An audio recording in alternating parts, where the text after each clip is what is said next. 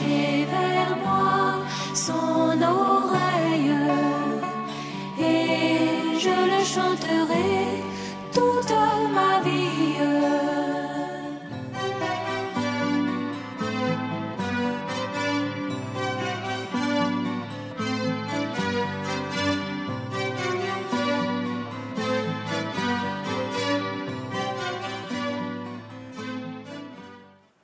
Gloire au Seigneur.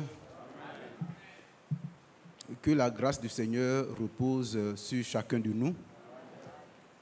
Je vous salue donc tous dans le saint nom du Seigneur Jésus-Christ. Je salue à nouveau le frère Richard de Montréal. Que Dieu te bénisse, qu'il te console encore une fois et qu'il t'apporte ce dont tu as besoin pendant ton séjour en Côte d'Ivoire.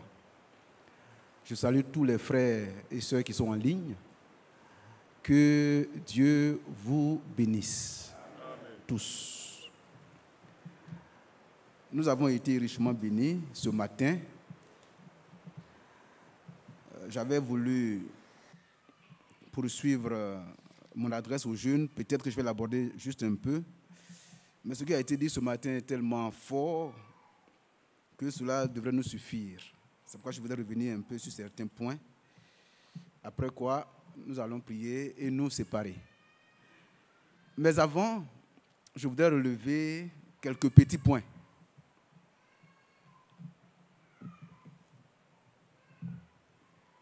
Le premier point, dans la prière de Frère Okene, il a soulevé que Dieu te bénisse.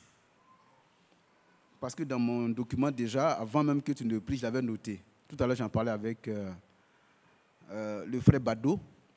C'est le 11 juin. C'est le 11 juin. Aujourd'hui, c'est le 11 juin. Et ce jour est très important. Et ça a un lien avec ce qui a été dit ce matin.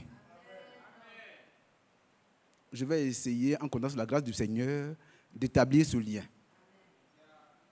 Que s'est-il passé le 11 juin, il y a 90 ans?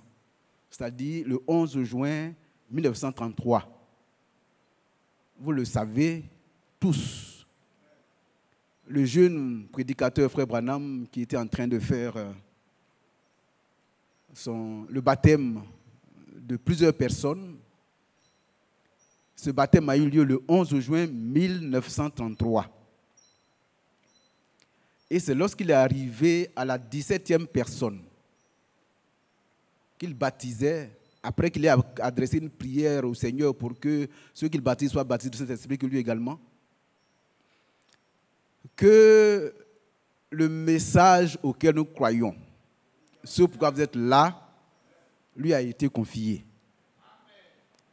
C'est pourquoi aujourd'hui, quand j'ai quitté la maison, que je savais que c'est le 11 juin, que c'était un dimanche, j'ai dit, il est bon de faire un clin d'œil sur ce 11 juin. Il lui a été dit, ce 11 juin, de même que Jean-Baptiste a été envoyé comme précurseur de ma première venue, tu es envoyé avec un message qui sera le précurseur de ma seconde venue. Amen. Et nous sommes aujourd'hui le 11 juin, l'anniversaire de cette proclamation du Seigneur. Nos cœurs doivent être heureux et comme nous l'avons entendu hier, nous devons louer le Seigneur pour ça.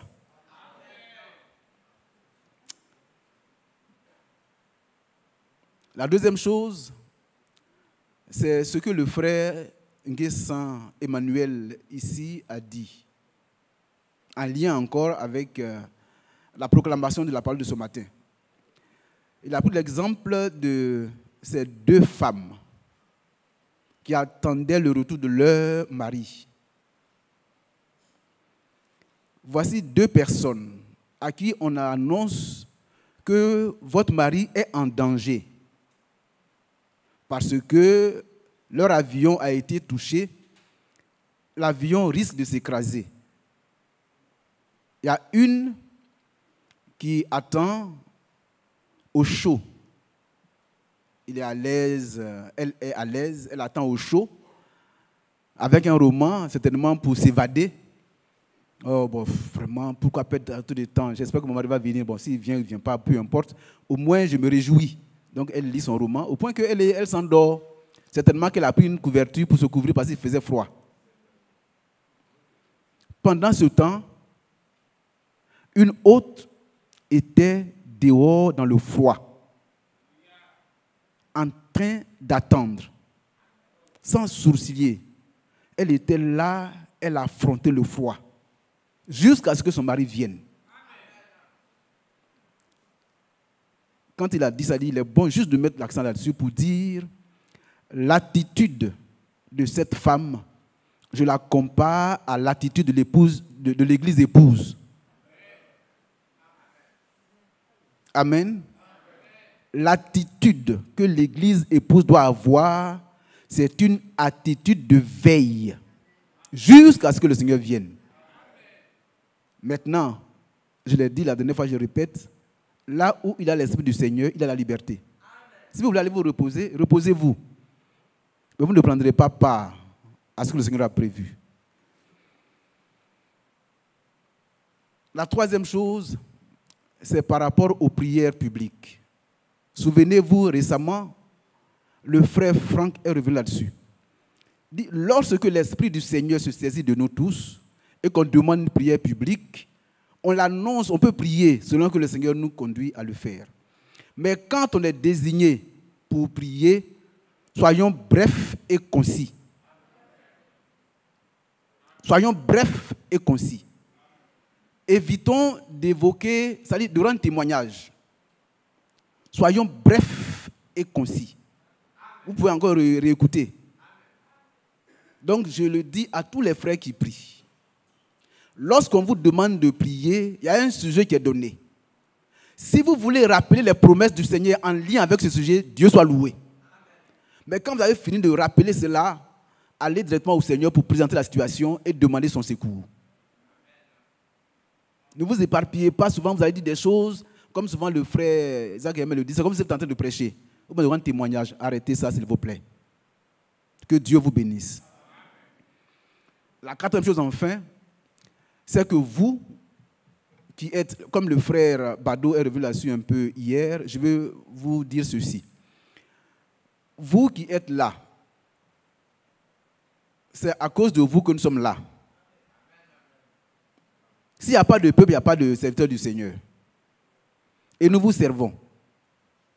Pour que le service se fasse, comme Dieu l'a voulu, priez pour nous.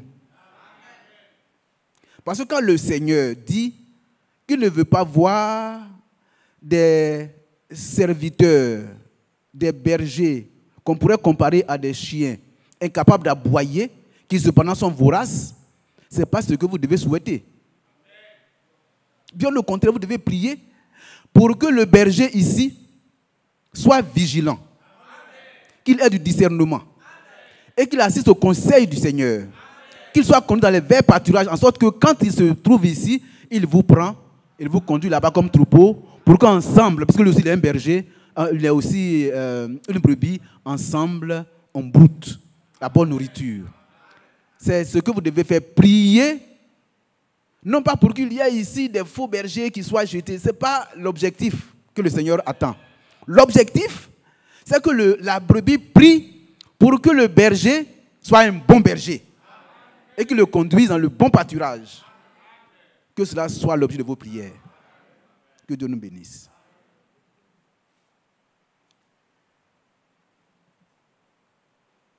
Je vais rentrer un peu en détail sur les éléments qui ont été déposés, mais avant, je voudrais résumer ça d'une autre façon, frères et sœurs.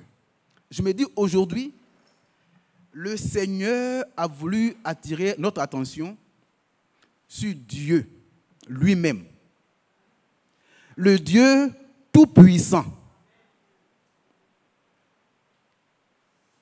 qui garantit tout ce qu'il dit. C'est-à-dire quand Dieu, ce Dieu-là, quand il a parlé, ce qu'il a dit là, s'accomplit toujours. C'est la première chose. Deuxième chose, c'est la parole de Dieu. Il dit, la parole du Seigneur, c'est par elle, dans Jean 1, c'est écrit, c'est par elle que toutes choses ont été faites. Et rien de ce qui a été fait n'a été fait sans elle. Le Seigneur a voulu attirer notre attention également sur ça. Troisième chose, c'est le serviteur de Dieu que Dieu envoie. Quand Dieu l'envoie, Dieu lui confie cette parole. Et quand il lui confie cette parole, lui, son devoir, c'est de proclamer cette parole. Quatrième chose, c'est le peuple de l'Alliance. C'est un peuple qui est disposé à d'abord reconnaître que ce serviteur a été envoyé de Dieu. Et reconnaître également la parole que Dieu lui a confiée. Alors quand il reconnaît le serviteur de Dieu, qu'il reconnaît la parole qui lui a été donnée, que le serviteur de Dieu proclame, Dieu est avec ce peuple. Voilà ce que le Seigneur a voulu nous dire ce matin. Alors, il commence par nous dire que tout s'accomplit, quand il a pris l'exemple de Josué qui a fait traverser le Jourdain, que tout, dans l'histoire du salut, dans l'histoire de l'humanité, tout s'accomplit comme Dieu l'a prévu. Quand Josué traverse le Jourdain pour aller à la terre promise, chacun reçoit la part que Dieu avait déjà prévue avec Moïse. Chacun a sa part. C'est-à-dire que un autre ne prend pas la part. Un ne prend pas la part de l'autre et vice-versa. La deuxième chose sur quoi il va revenir sur cette histoire. Et je vous demande bien mes frères de la régie de m'afficher Genèse 27. Une histoire qui est belle, qui est aussi triste, qui est aussi merveilleuse. Alors c'est l'histoire de Isaac, le vieux père. Je ne dis pas vieux père en utilisant le terme de la jeunesse, parce que j'avais là-dessus tout à l'heure, mais c'est le vieux Isaac. Le vieux Isaac et ses deux fils. Le fils aîné, son nom, c'est Ésaü. Et puis, le cadet, son nom, c'est Jacob. Alors, selon l'ordre normal, Isaac demande à son fils, je suis vieux, alors je vais te bénir avec la bénédiction du fils aîné, qui est la bénédiction d'Abraham également. Alors, va me faire plaisir. C'est pourquoi nous demandons aux enfants très souvent, je leur dis, honorez vos parents. Non seulement les parents seront heureux et ils vont prier pour vous, mais quand vous les honorez, Dieu vous bénit. C'est un commandement du Seigneur auquel est attaché des promesses. Donc en le faisant, vous gagnez doublement. Alors tout à l'heure je reviens là-dessus, quand on parle aux enfants et puis les enfants désobéissent, ça crée de la douleur aux parents. Et donc, Isaac veut bénir son fils. Il dit, va, tu sais ce que j'aime, va le faire comme ça. Quand je serai heureux dans ma joie, je vais prononcer les bonnes bénédictions pour toi. Alors, je reviens à ce que j'ai dit au début. Le Seigneur, notre Dieu, il accomplit toutes choses selon ce qu'il a prévu. Amen. Dans le plan du Seigneur, ce n'était pas Ésaü qui était le cadet, c'était l'aîné. Dans le plan du Seigneur, c'est Jacob. C'est pourquoi il a été dit déjà à leur mère, avant même que les enfants soient nés et qu'ils aient fait des choses qui puissent justifier le choix de Dieu. Parce que l'élection et la prédestination ne dépendent pas de ce que vous faites. Dieu a son plan. Qu'est-ce qu'il va dire? Moi, j'ai aimé Jacob et j'ai haï Ésaü. C'était écrit. Comme c'est écrit que c'est le plan du Seigneur, cela ne peut que s'accomplir. Alors, Ésaü sort heureux pour aller faire ce qui plaît à son père pour que son cœur le bénisse avec la bénédiction de l'aîné. Il dit, fais-moi un mets comme j'aime et apporte-le-moi à manger afin que mon âme te bénisse avant que je meure. Mais entre-temps, le plan de Dieu ne s'arrête pas. Un homme ne peut pas empêcher, soit-il un serviteur de Dieu, soit-il un prophète, soit-il Isaac. Dieu a choisi Jacob. Et donc, que Jacob soit un rusé, un trompeur, c'est le choix de Dieu. Si Dieu t'a choisi, tout à l'heure on a dit, travaille à ton salut simplement. Ça dit, prends ta parole avec toi. Ce qu'il a prévu pour toi va s'accomplir certainement. Jacob était un trompeur. Ce trompeur-là, il vient et puis il trompe son père. Alléluia. Le Seigneur, quand il veut faire les choses, il les fait de façon parfaite. Pour ne pas que Jacob puisse reconnaître son fils, Dieu va le rendre un peu vieux, donc il ne peut plus bien voir. C'est écrit, non? Hein? Isaac. On dit Isaac devenait vieux et ses yeux s'étaient affaiblis au point qu'il ne voyait plus. Mais comment il s'appelle? Jacob était là, frère. Je parle de Jacob, mais je peux dire le frère André Raphaël était là. Amen. Comme toi aussi, tu étais là. Ta place que tu occupes aujourd'hui n'est pas une place fortuite. Si tu es assis là, Dieu te connaît. Nous l'avons chanté. Il me connaît par mon âme. C'est lui qui me connaît. Et c'est lui qui va te chercher. Et donc, il a affaibli les yeux du vieux Isaac. Et alors, le plan du Seigneur avec Jacob va s'accomplir. Allons à la bénédiction qui est prononcée. Allons directement, frère, à la bénédiction qui est prononcée. Continuez. J'ai déjà raconté tout ça. Continue.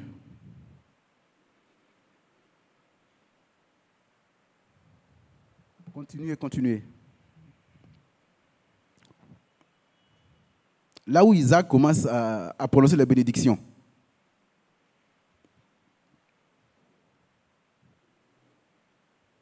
Oh, vas-y, allez-y, loin. C'est le 21, on dit 21.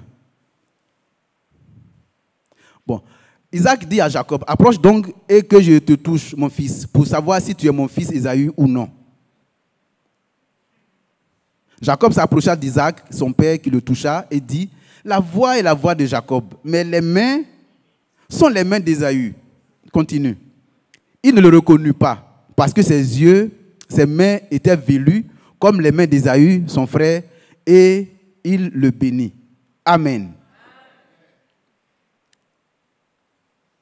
Il dit, c'est toi qui es mon fils Ésaü. Et Jacob répondit, c'est moi. Il le trompe encore, on continue. Isaac dit, serre-moi et que je mange du gibier de mon fils afin que mon âme te bénisse. Il lui apporta aussi du vin et il but. Bon, continue. Alors, Isaac, son père, lui dit, approche donc et baise-moi mon fils. Jacob s'approcha et le baisa. Isaac sentit l'odeur de ses vêtements. Mais tout ça, c'était des artifices. Le plan de Dieu était en œuvre. C'est ce qu'il faut comprendre. Le plan du salut est un plan inéluctable. C'est garanti. Je dis le Dieu. C'est pourquoi je dis, le Seigneur a voulu nous dire qui est Dieu. Tout ce que Dieu a prévu s'accomplit comme Dieu l'a prévu. Quel que soit ce que vous pouvez faire. Et donc, le fait que sa mère l'aide à s'accoutrer, mettre les poils et tout ça, le fait que les yeux d'Isaac ne voient pas bien, le fait que l'odeur même soit l'odeur de tout ça, ça faisait partie des modalités pratiques. C'est pourquoi très souvent, frères, restez attachés à la doctrine et laissez les modalités. Pas très souvent, on juge les gens par rapport aux modalités.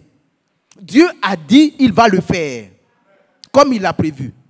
Et alors, il sent l'odeur, c'est l'odeur de son fils et il le bénit.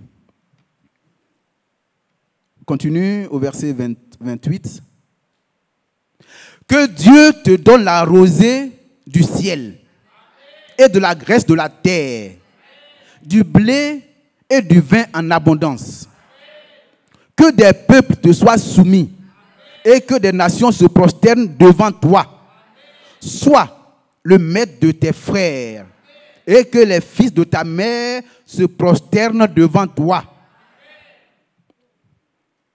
Maudit soit quiconque te maudira et béni soit quiconque te bénira. Voici les bénédictions que le Seigneur a formulées pour son fils, pour son premier fils. Dans le choix de Dieu, le premier fils n'était pas le premier fils dans la chair. Dans la chair, le premier fils était Ésaü. Mais dans l'élection de Dieu, tu es le premier fils du Seigneur. C'est ça, nous sommes les premiers nés. On ne peut pas me l'enlever, on ne doit pas vous l'enlever.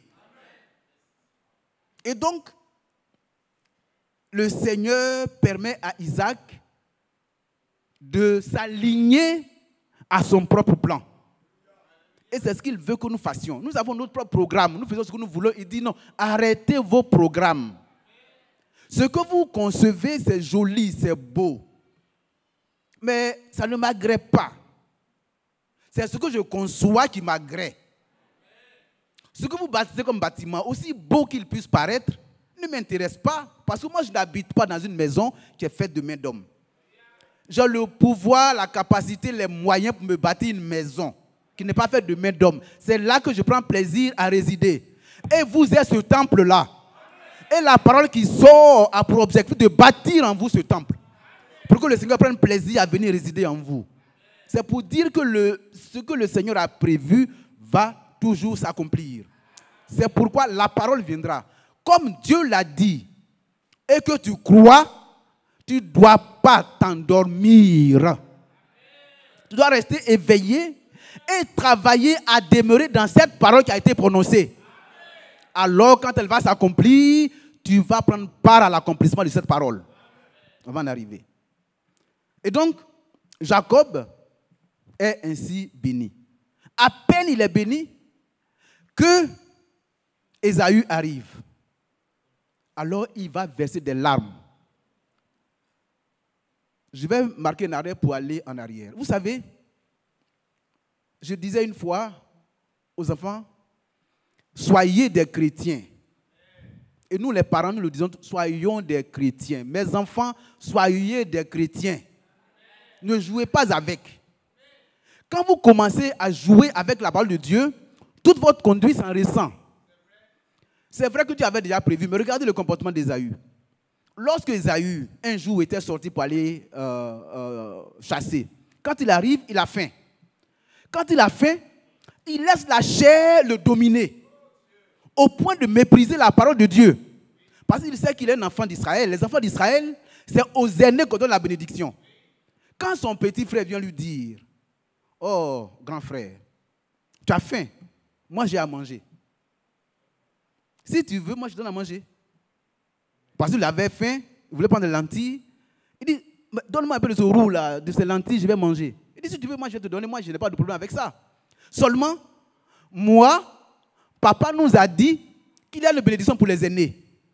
Et c'est ce que je veux. Donc si tu veux, toi, tu me donnes ton droit d'aînesse et moi je te donne à manger. » Il dit, « Mais moi je vais faire quoi avec le droit d'aînesse? Hein? Demain je vais mourir, être aîné, n'est pas être aîné là. » Ça, c'est des mots qu'on dit, mais moi, ça ne m'intéresse pas. Voilà comment il se comporte. C'est cette façon de se conduire qu'on veut empêcher que nos enfants adoptent. Conduisez-vous comme des chrétiens. Le chrétien, il ne regarde pas à ce qui frappe le regard, à tout ce qui est matériel. Il veut regarder à tout ce qui vient d'en haut. Et désirer d'ailleurs de revêtir de la puissance d'en haut. Donc c'est son désir. Donc à chaque fois, dans son comportement journalier, c'est ce qu'il regarde, c'est ce qu'il recherche. Et Jacob le savait. Alors Jacob va dire, depuis ce moment-là, donne-moi ton droit d'aînesse. Alors quand il lui donne son droit d'aînesse, ça en est fait pour lui. Alors, pour revenir maintenant à la réalité, quand il arrive, il va pleurer pour dire, papa, pardon, baptise-moi, bénis-moi aussi. Il dit, mais j'ai fini. Parce que quand Dieu a créé les choses, c'est seulement aux aînés que la bénédiction est attribuée. Donc j'ai déjà donné cette bénédiction-là à Jacob, je ne peux plus la reprendre. Il dit, mais c'est ce que tu as, est-ce que tu peux donner autre chose? En bénissant Jacob, il dit, les enfants de ta mère vont se prosterner devant toi. Mais c'est la même bénédiction que Isaac va prononcer encore. On y va quand il bénit Esaü. Après les pleurs. Si quelqu'un a ça, rapidement, bénis-moi aussi, mon père. Tout ça, on en a parlé. Rapidement, là où... Le combien? 39. Isaac, son père, répondit, il lui dit, voici, ta demeure sera privée de la graisse et de la terre. Ce qui a été donné, comment on appelle ça, à Jacob, dis-toi que tu ne l'auras plus. Et de la rosée du ciel d'en haut, continue. Tu vivras de ton épée et tu seras servi à ton frère. Ça a été déjà dit, donc c'est fini, il n'y en a pas autre. Frère, cette histoire nous est montrée pour dire que nous devons faire d'abord attention aux bénédictions. Et c'est là qu'il va parler du lien qu'il va établir entre la bénédiction et la parole. Il dit, lorsque un père, comme c'est le cas d'Isaac, prononce ce type de bénédiction,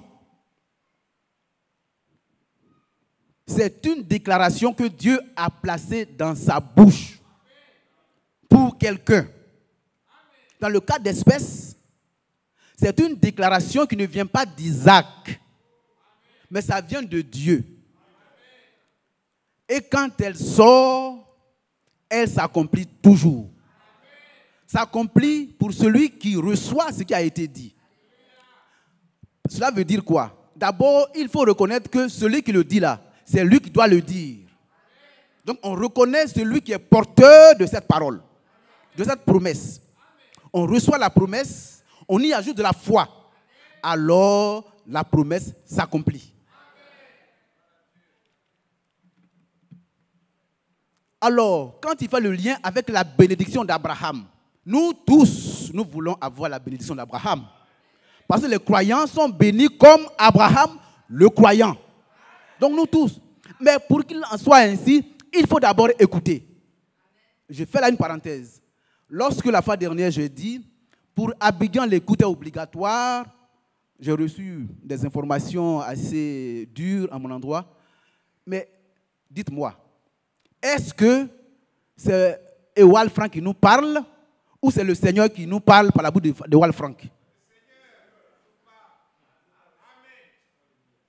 Si c'est Ewal Frank en tant qu'homme, bon, vous pouvez vous en passer. Mais si vous reconnaissez que c'est de lui que la parole vient, comme ça a été dit, Isaac était ici, c'est lui qui était le père de ses deux enfants. C'est lui qui a eu ses enfants. C'est le père qui bénit ses enfants, il bénit l'aîné. Donc, il a la légitimité. Il a la légalité. Il a tout ce qui est nécessaire pour prononcer cela. Amen. Et quand ça sort, celui qui reçoit, qui accepte, qui y croit, voit l'accomplissement de la promesse. Donc, c'est une bénédiction qui est prononcée. Ici, le frère Franck a été désigné par le Seigneur selon Matthieu 24, 45 à 47. Tout le monde le sait. Si tu ne le sais pas, à ce moment-là, quand Dieu parle par lui, ce n'est pas obligatoire de l'écouter. Ah, c'est aussi simple que ça. Si tu crois que ce n'est pas Dieu qui parle par sa bouche, tu peux dire, bon, moi, de façon, moi, je vais m'en passer, etc. Mais si tu sais que c'est la parole de Dieu, ta bénédiction est liée à cette parole. Mais reçois-la, on ne t'oblige pas, mais reçois-la. La nuance, est-ce que Abidjan écoute tous les jours aux mêmes heures que Krefeld? Non. Mais Abidjan s'est donné l'obligation d'écouter toutes les prédications, toutes les retransmissions. Amen. C'est ce que je veux qu'on comprenne. Parce qu'on me dit que je suis en train de mettre le joug sur la tête des gens ou que j'ai voulu détruire ce que le frère a dit. Je dis non. Si vous avez écouté bien le frère, je n'ai fait qu'enfoncer ce que le frère Bado a dit. Amen. Et j'ai continué pour dire que nous, Abidjan ici, on écoute en direct le dimanche, mais ce qu'on n'a pas écouté le samedi, on l'écoute quand? Le mercredi. Ce qu'on n'a pas écouté le mercredi, on l'écoute quand? le samedi, en sorte que nous puissions tout écouter. C'est là que se trouve le mot obligatoire. Ou bien on a compris, ou bien on ne l'a pas compris. Mais vous avez l'intelligence du Seigneur pour comprendre. Et j'ai dit à quelqu'un, vous savez, nous qui sommes dans la maison du Seigneur, ce qui est intéressant, si vous êtes droit de cœur, vous comprendrez toujours de la bonne manière. Même quand le frère André fait un lapsus, on ne dit pas, oh non, je suis un homme, un humain, à qui l'œuvre divine a été confiée. Donc il peut arriver que je fasse de lapsus. Mais pour ce qui concerne les doctrines fondamentales, si je fais une erreur, venez, pour que je puisse les corriger. Mais les petites choses là, frère, approchez-moi, on en parle. Que Dieu vous bénisse. Alors le peuple ici, c'était qui? C'était Ésaü et Jacob. Qui était leur serviteur à ce moment-là? C'était Isaac. Il fallait écouter ce que Isaac dit. Jacob a écouté, il en a tiré le bénéfice. Donc aujourd'hui également, c'est la même chose. Si vous reconnaissez que la parole qui est venue, d'abord le serviteur qui vient de la part du Seigneur, sa parole qui est dans sa bouche est une parole éprouvée, alors vous la recevez, vous la croyez, vous allez voir son accomplissement. Amen. Maintenant, il a dit autre chose encore qui est importante. Il dit, et ça je veux que ça s'enfonce. Est-ce que la bénédiction que Isaac a prononcée était une bénédiction qui a été prononcée au temps d'Adam? Non. La bénédiction que Isaac prononçait pour son fils, c'était la bénédiction de son temps. C'était la bénédiction du présent. Donc ça également, il faut en tenir compte. C'est pourquoi là, l'écoute prend son sens. Quand le Seigneur fait une chose, il la fait de façon parfaite. Quand on lit, tout à l'heure quand il parlait, quand Moïse parlait, est-ce que quelqu'un d'autre parlait à côté de Moïse? Non. On prenait ce que Moïse avait déposé. C'est tout ce qu'on faisait. C'est la même chose aujourd'hui encore. Et nous avons le devoir d'écouter ce que Dieu dit, ce que l'Esprit dit à l'Église. Lorsque le Seigneur a appelé Abraham, Abraham a répondu immédiatement, il est parti. Je vais également aborder un autre sujet.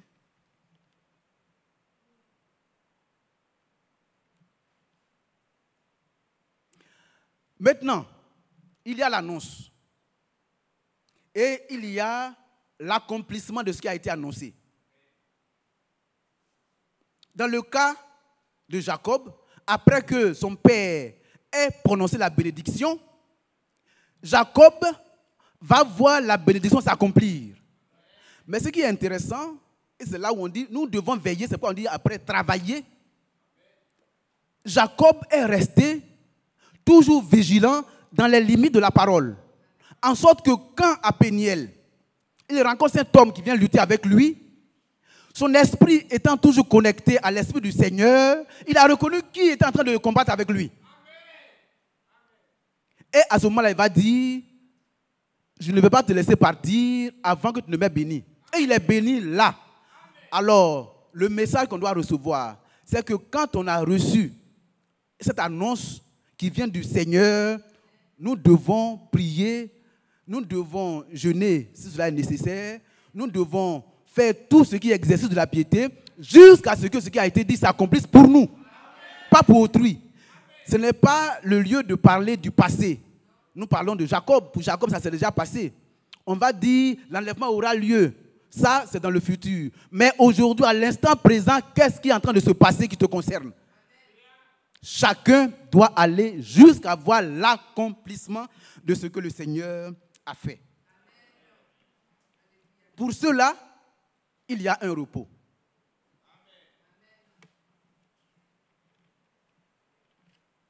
Alors, il faut le parler rapidement avec AG, ceux qui sont dans la captivité. Et avant de revenir à nos temps par rapport à 11 juin, il fait déjà un parallèle. On a vu la proclamation de la bénédiction par Isaac qui a eu son accomplissement. Il fait un parallèle entre le peuple d'Israël qui était allé en captivité et qui revient de la captivité. Quand le peuple revient de la captivité, il y a un serviteur de Dieu du nom d'Agé qui va venir. Lorsque Agé vient, le peuple d'Israël qui était resté va reconnaître que cet homme qui vient de la captivité est envoyé par le Seigneur. Alors, dès l'instant qu'ils ont reconnu que c'est le Seigneur qui l'a envoyé, ils ont accepté et reçu la parole qui était dans la bouche d'Agé. Et comme ils ont reçu la parole qui était dans la bouche d'Agé, Dieu est demeuré avec ce peuple pour accomplir ses desseins.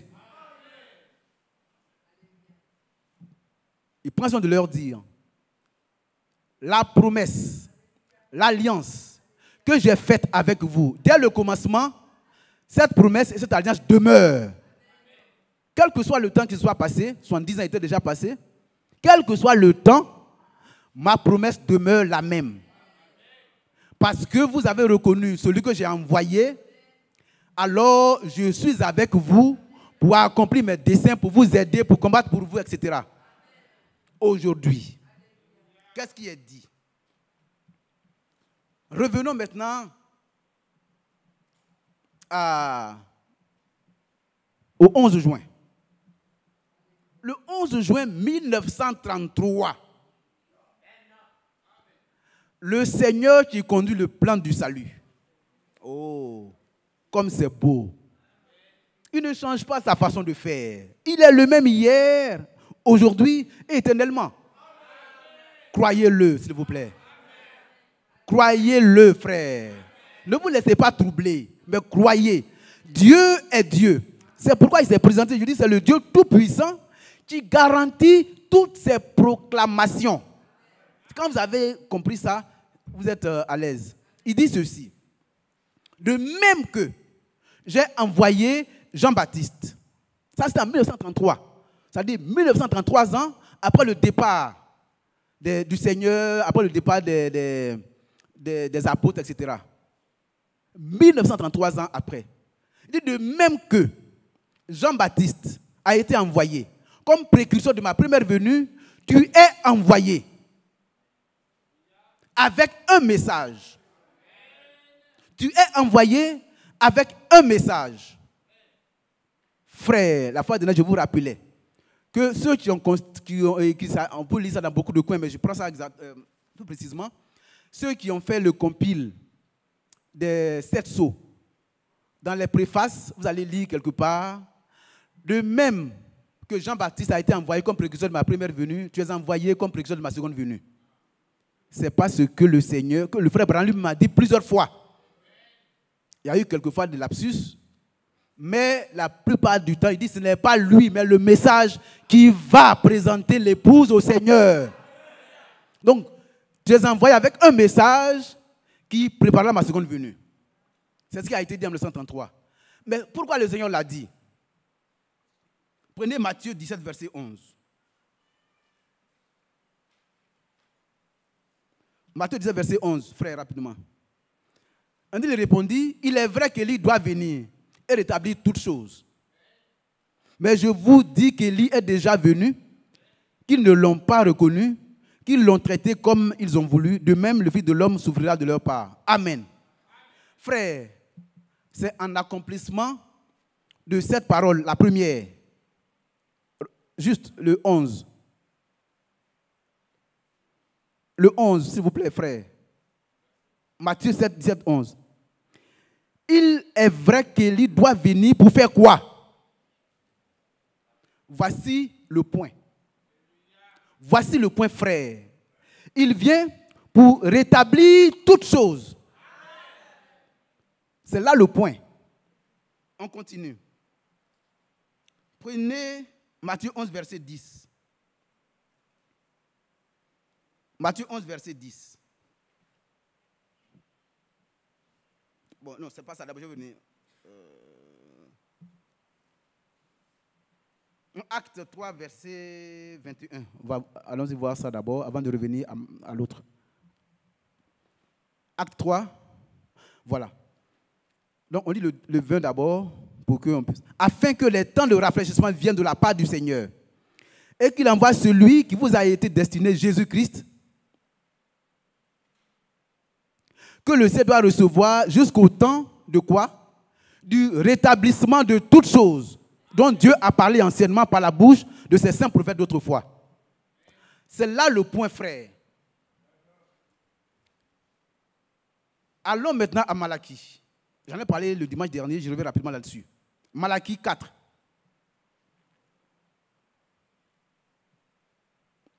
Voici, je vous enverrai Élie le prophète, avant que le jour de l'Éternel arrive, ce jour grand et redoutable. Non, ça me suffit. Le premier me suffit. Je vous enverrai Élie le prophète avant que le jour de l'Éternel arrive, ce jour grand et redoutable. Le Seigneur nous dit ce matin, que ce soit les apôtres, que ce soit les prophètes, que ce soit Jésus-Christ lui-même, aucun d'eux, en faisant mention du ministère de Jean-Baptiste, ne s'est référé à Malachie 4, verset 5. Alléluia. Aucun d'eux. Quand ils se réfèrent à ce que Élie doit venir, ils ne se sont jamais référés, s'il vous plaît, à Malachie 4. Ils se sont plutôt référés à Malachie 3. Et que dit Malachie 3, 1?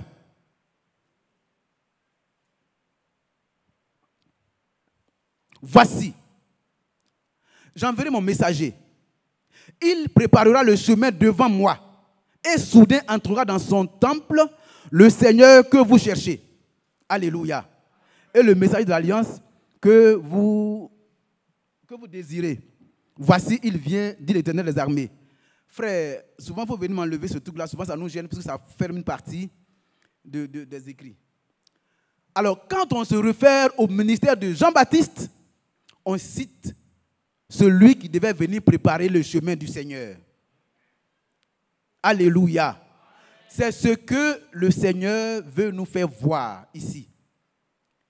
Malachie 4, Malachie 4, 5, fait référence au jour de l'Éternel. Ce jour grand et redoutable. Le Élie dont il est question ici, c'est le Élie de notre temps, frère. C'est pour cela que le 11 juin, vous comprenez maintenant?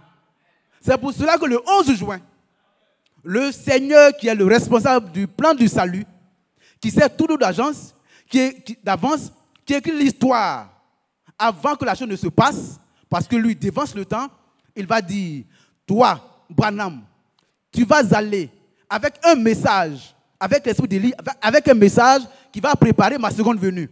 Donc pour vous, il n'y a pas de confusion, frère. Vous savez, le Élie qui devait ramener le cœur, ça c'est le verset 6 de Malachie 4, le cœur des pères à leurs enfants. Mais le Élie qui nous concerne, c'est le Élie qui ramène le cœur des enfants à leur père. Et ce ministère a été confié le 11 juin 1933 au frère Branham. C'est pourquoi aujourd'hui est un jour important pour nous, c'est un anniversaire important, d'autant plus qu'il tombe un dimanche où nous avons l'occasion de communier avec le Seigneur. Que Dieu nous bénisse. C'est ce qu'on a voulu nous faire voir aujourd'hui. Alors, pour revenir au parallèle avec ce que le Seigneur a fait avec Isaac et ses enfants, la proclamation est sortie. Si la proclamation est sortie, nous venons de la lire, elle va s'accomplir. Elle va s'accomplir pour ceux qui écoutent ce que l'Esprit dit à l'Église. Ceux qui sont connectés, qui écoutent ce que l'Esprit dit à l'Église. Ceux qui écoutent ce que les domestiques disent à l'Église en accord avec ce que le Seigneur a envoyé par son Esprit. Alors ceux-là, ils écoutent, ils reconnaissent que le serviteur fidèle et prudent a été effectivement envoyé par le Seigneur. Et la parole de sa bouche est celle que Dieu lui a commandée. Cette proclamation de la parole verra son accomplissement. Mais avant que cela ne s'accomplisse, il faut qu'il y ait un peuple qui soit rassemblé. C'est le peuple de l'Alliance. Et ce peuple demeure dans cette parole jusqu'à ce que ce qui a été dit s'accomplisse. Et vous devez rester là. C'est là que le mot travailler prend tout son sens. Vous devez travailler à votre salut pour demeurer tout le temps dans les limites de la parole. Alors, Dieu qui ne se trompe pas, Dieu qui ne ment pas, qui fait tout ce qu'il déclare, va à ce moment-là réaliser l'achèvement du plan du salut. Et vous vous prendrez part à l'enlèvement. C'est cela. Il y a un peuple qui est bien disposé pour ça, c'est vous, frère. C'est moi. Et je suis content qu'il en soit ainsi. C'est tout. Que Dieu nous bénisse.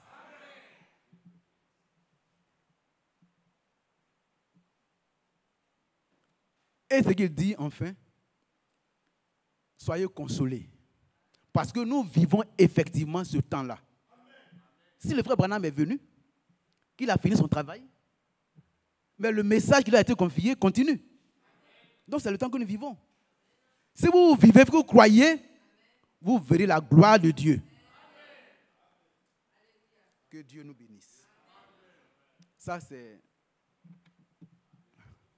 Il est déjà chose, bon. Je pense que ça ne vaut pas la peine de diluer avec les enfants. Je l'ai évoqué.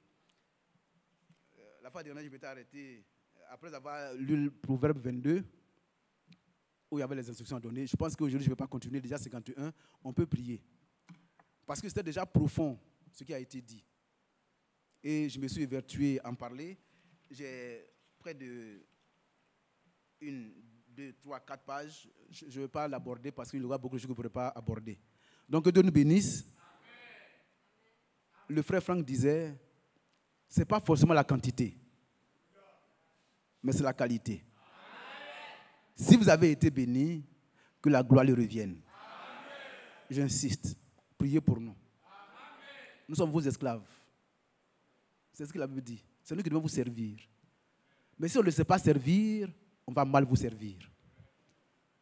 Le frère disait ceci. Lorsque une femme rentre dans son magasin, où elle emmagasine la nourriture, il y a de l'igname, il y a de la banane, il y a des tomates, il y a des ningema, les aubergines. Il y a beaucoup de choses. Mais si la femme prend comme ça, pour venir déposer sur la table de son mari, pour dire, ah Marie, vraiment, je t'aime, vraiment, il faut bien manger. Pensez-vous qu'il pourra manger? Ce n'est pas digeste. Priez pour nous, afin que nous sachions concocter de bons menus pour vous et que vous nourrissez bien pour croître. Parce que vous prenez Éphésiens 4, 11. Envoyez-moi Éphésiens 4, verset 11. Rapidement, puis on va achever. Il a donné les uns comme apôtres, les autres comme prophètes, les autres comme évangélistes, les autres comme pasteurs et docteurs. Pourquoi? Pour le perfectionnement des saints en vue de l'œuvre du ministère et de l'édification du corps de Christ. Jusqu'à ce que nous soyons tous parvenus à l'unité de la foi et de la connaissance du Fils de Dieu. Jusqu'à ce que nous soyons parvenus à l'état d'homme fait. Jusqu'à ce que nous soyons parvenus à la mesure de la stature parfaite de Jésus-Christ. Continuez. Ainsi, nous ne serons plus des enfants flottants et emportés à tout vent de doctrine, par la tromperie des hommes, par leur ruse dans les moyens de séduction. Mais, en professant la vérité dans l'amour, nous croîtrons à tous égards en celui qui est le chef, à savoir Christ. Amen. Que Dieu vous bénisse.